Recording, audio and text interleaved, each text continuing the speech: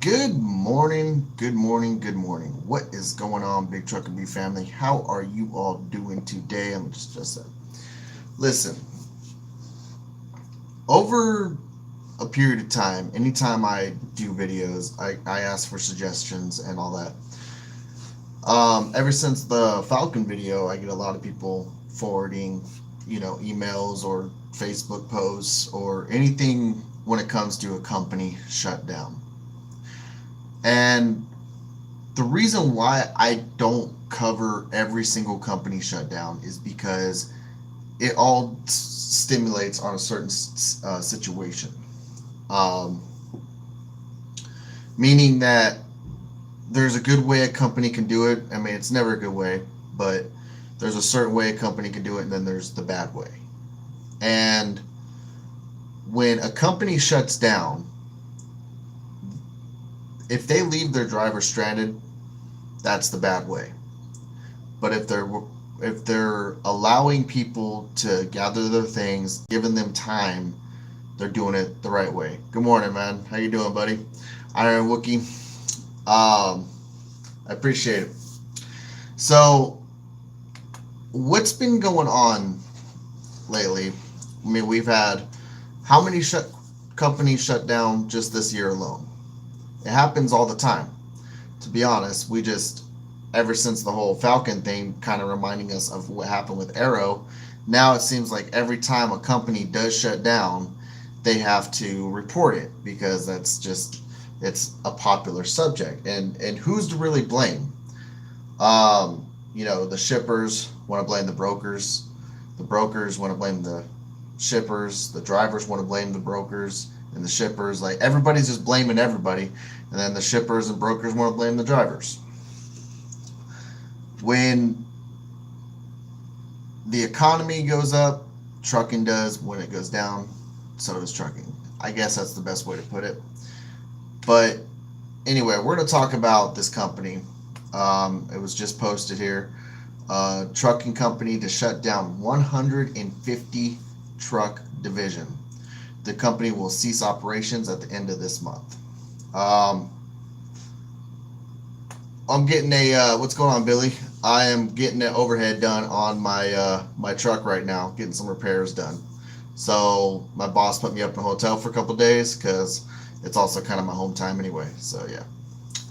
But it says a large trucking fleet has announced that it is shutting down a subsidiary fleet due to poor financial performances, or due to a poor financial performance. So let me just back up here, because they come right out. They tell you, listen, we just our financials has been shit, and we're not doing nothing. But we have to close our doors.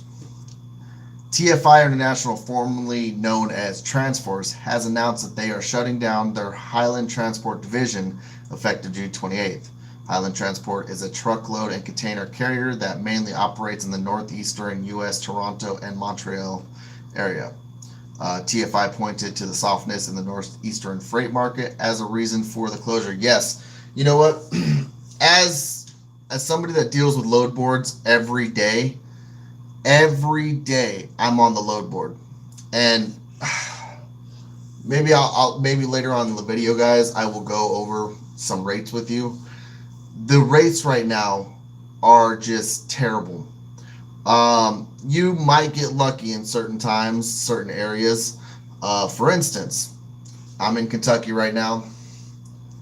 TFI owns your company, so this kind of relates to your issue. I mean, well, not saying that you're going to get fired or laid off, but anyway, rates have not really been up except for this week because of the DOT blitz, ironically. But it's been a very crappy year when it comes to owner-operator rates. So it goes on to say Highland Transport currently employs about 120 owner-operators and 30 drivers. TFI says that it will try to find other jobs for the laid-off employees within the company. TFI operates about 16,000 trucks across the country. Highland Transport was founded in 1967 and is based in Ontario. The company was acquired by TFI in 2004. So why don't I, like I said, why don't I ever report on these type of companies? Did you see the difference between what they did compared to what Falcon and Aero Transportation did? They are actually trying to help other drivers get jobs, try to help them get out of this, this slump. And somebody pointed it out here in the comments. I just missed it. Mismanagement, poor financial performance usually means piss poor management. Yeah. These companies, they hire these pencil pushers. They just come in and they don't know what it's actually like to deal with the shit every single day, to be out here on the road every single day. And now I'm gonna get some shit for this one, but with the e-logs, prior to the e-logs, you haven't really noticed a lot of this with bigger companies. Maybe owner operators sure might be hurting, but if you look at it this way, Falcon Transportation, this company, it's kind of crazy that e-log, ever since the e-logs have went in, that this kind of thing would happen. What's going on, Clint? How's it going, dude? TFI owns a lot of companies. They came to America because they had many Canadian companies. So they're a big corporation, just like Swift, right? I mean, it's like pretty much the Swift of Canada. But yeah, Clint, we were just talking about why I don't report on every trucking company shut down compared to, I was showing the difference of what this company did compared to what your company did. Also, there's a lot of people that want to know how you're doing. I had in the comment section, so I had hit you up sometime. Hold on. Sorry, try to mute my phone real quick. I got a lot of shit going on. So,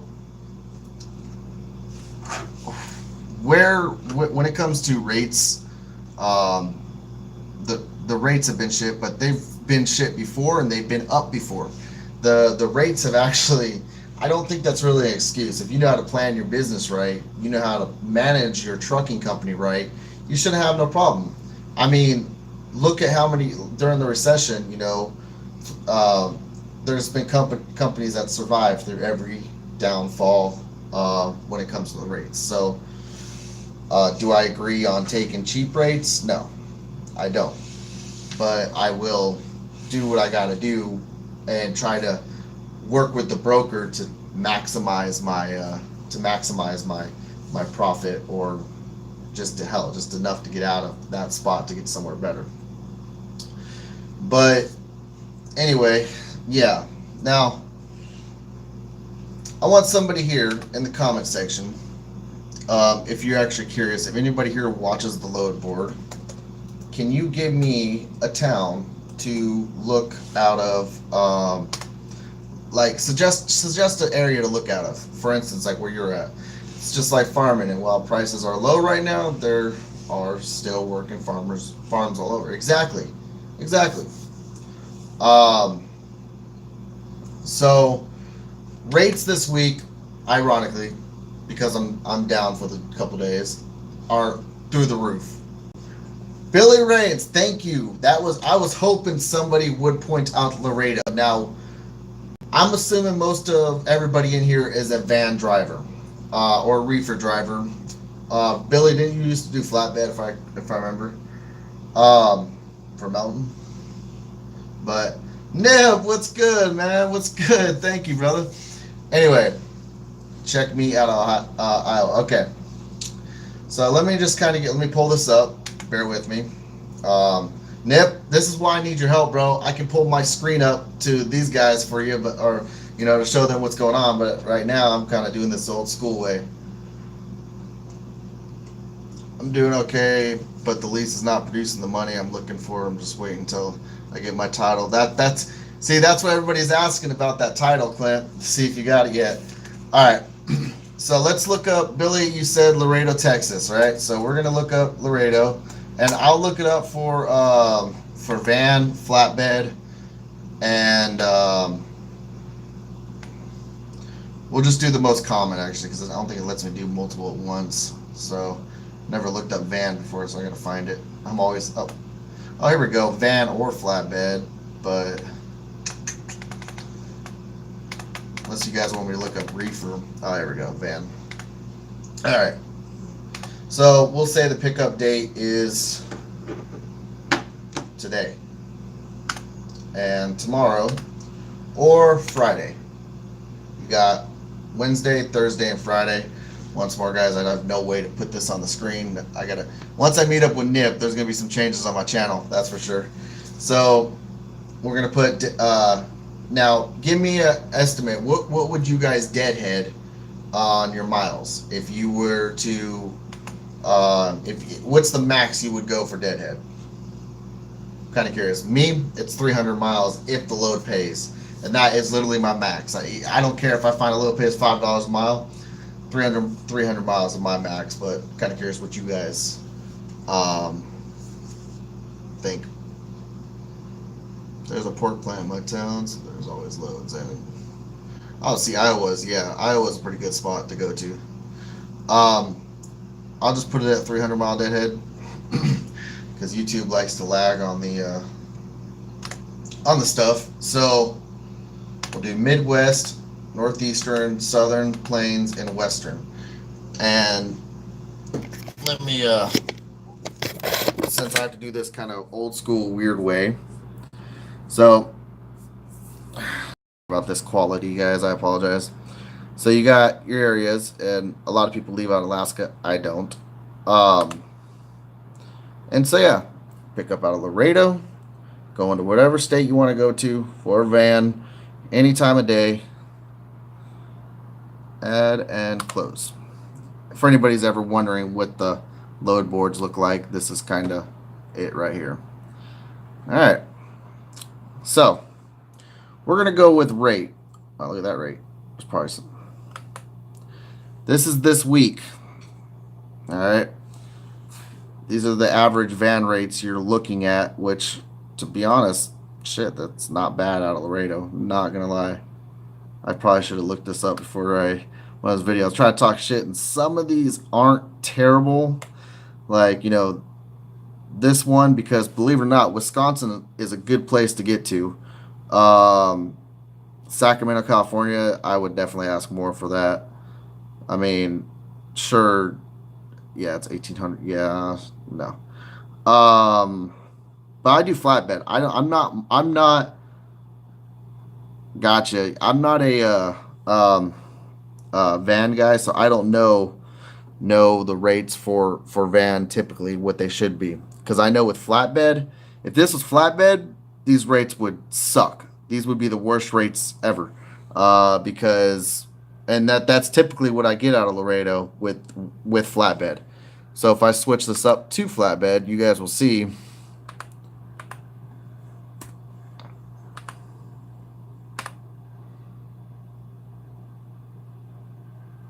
But once more, sure, it can have the best, it can have lots of loads, that's fine. But what's the rate on those loads? This week, like I said, this week, it's going to pay a ton of money. All right, okay. So I don't go to California, but that's actually not a bad load. I would definitely ask for $3 a mile because there's tolls on that one. That's a good rate. Shit, I think I'm going to Laredo. I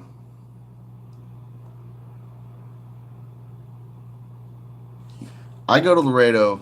I went to Laredo, 2 weeks ago, and I did not see these rates. But with the DOT Blitz, see, this is some BS, man. This shit's proving me wrong right now. With the DOT Blitz, I mean, the rates are up right now, but they weren't. They were not up. And I promise you guys, I've been down to Laredo. I had to deliver a military load over there. And it was literally so hard to get out of there because all the rates were paying like pretty much like this one right here, $1.93 a mile. You just no. That's a no. 242 maybe, 218 no. Especially going to Maine, you'll be spent. I was just in Portland, Maine. Screw that place. I was just there a couple days ago. You spend, oh God, I wish I was in my truck. I'll show you how much you spend in tolls.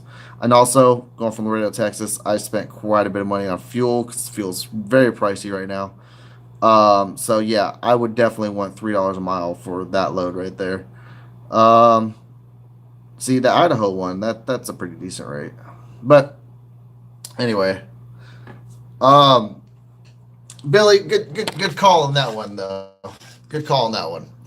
Because honestly, I was kind of like, oh yeah, perfect, call Laredo because I've done Laredo quite a bit, and I know for a fact Laredo just sucks for freight, but for freight pay, excuse me.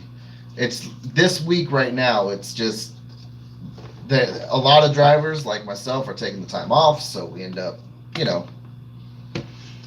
making the market a little bit bigger. But how many companies have we seen now randomly get um, just shut down? This week we had the Falcon, Maverick. I think it was one of the Penske truck fleets, and now this TFI International, or formerly known as Transforce. Um, and why?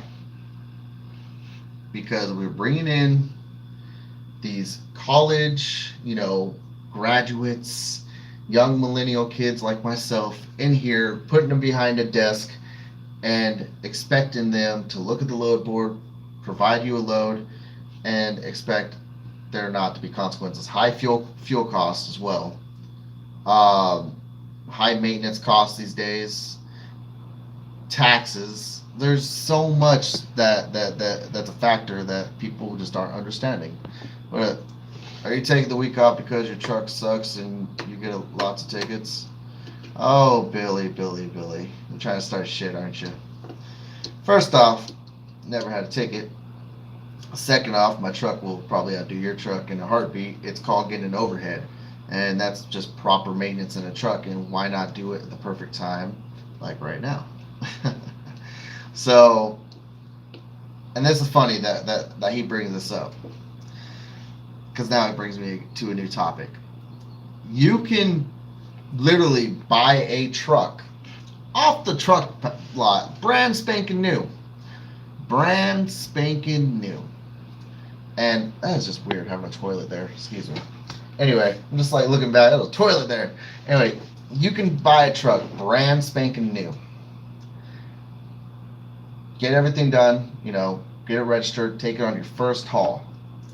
And I guarantee you, if a DOT officer wanted to do an inspection, he will find something.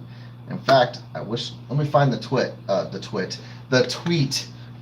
a DOT officer saying that. He says that no matter if it's a truck straight off the lot, they can find something. So let's see if I can find that, because that was a post from a while ago. But nice one. I see what you did there, Billy. So anyway, guys, yeah, that pretty much covers this topic. I'm curious what you guys have to say. I mean, if you have any other inputs, please feel free to comment, because what company, I mean, the biggest company I thought was going to be shutting down because we're always talking about them, or other pages have been talking about them, is Celadon. That was the one I was expecting to be shut down after, and of course everybody thinks Swift is going to get shut down because of all the lawsuits and how much money they pay out. But Celadon, man, that was the biggest thing for me. I thought they were going to be the next one, and I thought they were going to be the next Aero Transportation. But I think I was proved wrong.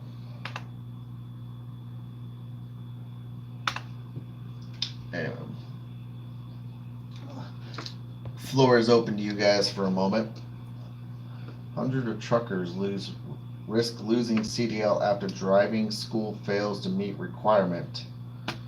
Ooh, anybody here ever go to this truck driving school? Carolina Truck Driving School in Charlotte, North Carolina.